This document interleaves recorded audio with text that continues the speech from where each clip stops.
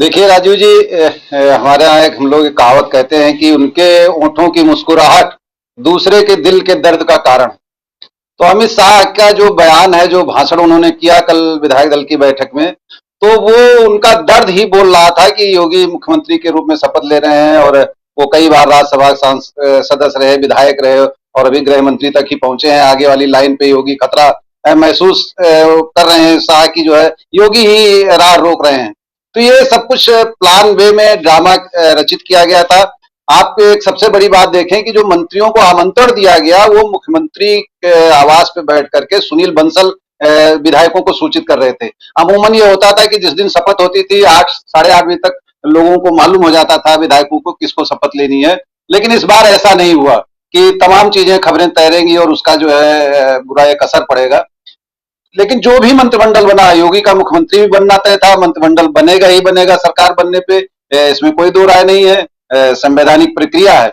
लेकिन जिस प्रकार से गठन किया गया और जिन लोगों के कद्दावर लोगों को मंत्रिमंडल से बाहर रखा गया है, मुझको लगता है कि जब मंत्रिमंडल का गठन हो रहा था तो मैंने पहली टिप्पणी सोशल मीडिया पर यही की थी कि 2024 के लोकसभा चुनाव की तैयारी है और उसी के मद्देनजर ये आप देख रहे होंगे कि तमाम पिछड़ी जात के लोगों को, अति पिछड़ी जात के लोगों को और दलित लोगों को भारी संख्या में इसमें स्थान दिया गया है। और उन लोगों को पत्ता साफ कर दिया गया है जिनको ये कहा जाता था कि ये लोगों की अपनी कोई छवि नहीं है, ये भारतीय जनता पार्टी के नाम पर कहिए या मोदी और योगी के नाम पर जीत के आते थे, उनको साफ कर दिया गया। लेकिन जो सबसे चौंकाने वाला नाम था वो था डॉक्टर महेंद्र नाथ सिंह का। पिछले दिनों में जो उठापटक चल रही थी और दिल्ली और योगी और मोदी की उठापटक में, तो उसमें सारी वार्ता के लिए कई बार योगी ने महेंद्र नाथ सिंह को भेजा और उनको कहा जा रहा था कि ये राम के हनुमान हैं, दूत हैं योगी जी के, उनका मंत्रिमंडल में न रहना। और दोनों उप मुख्यमंत्री जो ब्रजेश पाठक बनाए गए हैं और केशव मौर्य को तो आप सिर्फ मैं तो इतना ही कहूंगा कि आग पर पानी के डर को कायम रखा गया है कि योगी जी ज्यादा उड़े, ज्यादा अपनी बात करें, जो उनका चरित्र है उस लहजे में बात करें तो भारतीय जनता पार्टी के पास एक ये मुद्दा रहेगा कि योगी केशव मौर्य हैं, इसका भय दिखाने की कोशिश की गई है। दूसरी तरफ जो ब्रजेश पाठक की नियुक्ति हुई है, मैं बताऊं कि अयोध्या के बगल जनपद के अंबेडकर नगर सीट के वो प्रभारी थे इसी चुनाव में और अंबेडकर नगर में भारतीय जनता पार्टी 5 सीट हार गई। और जो संदेश आ रहा है, जो मेरे लोग जो भारतीय जनता पार्टी में मित्र हैं, उनका ये कहना है कि ये कहीं ना कहीं अमित शाह के दूत के रूप में जो है ब्रजेश पाठक की नियुक्ति की गई है। ये बहुत भी महत्वपूर्ण चीज है।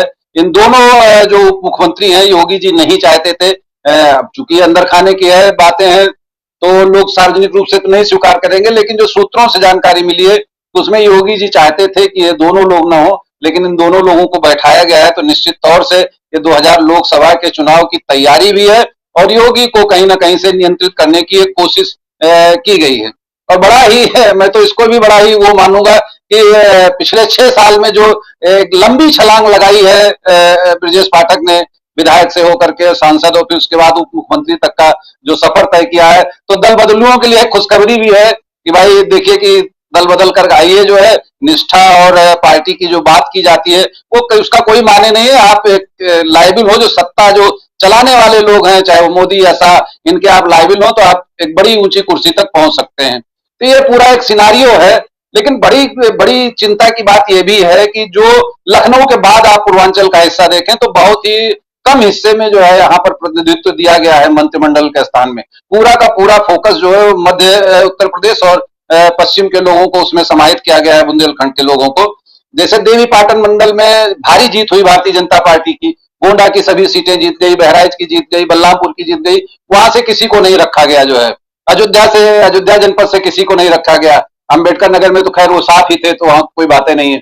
इसी तरीके से तमाम जिलों को, जो पूर्वांचल का एरिया है, उसको प्रतिनिधित्व कम दिया गया है। तो मुझको लगता है कि ये मंत्रिमंडल के माध्यम से 24 को जो उनकी मजबूत जगह है उसको भी साधने की उनकी एक वो है। और एक चीज और बताओ राजीव जी, इस पूरे मंत्रिमंडल में जिन लोगों को बुलाया गया उसमें अयोध्या के संतों को नहीं बुलाया गया। आज अयोध्या के तमाम संतों ने खुलेआम बकायदा प्रेस से बात करते हुए कहा, जैसे महंत कमल नयन दास जी हैं जो उनके उत्तराधिकारी हैं, जो राम जन्मभूमि क्षेत्र के ट्रस्ट के जो अध्यक्ष हैं, उनके उत्तराधिकारी हैं, उन्होंने कहा है, रामविलास वेदांती ने कहा है कि इसमें सपाई संतों को बुलाया गया, भाजपाई संतों को नहीं बुलाया गया। और आज इसकी खबरें भी अयोध्या जनपद में और सोशल मीडिया पर चल रही हैं। तो अभी तक कुल मिला जुला करके यही कहा जा सकता है कि ये लोकसभा चुनाव को 2024 को साधने की एक कोशिश की गई है। जी राजीव।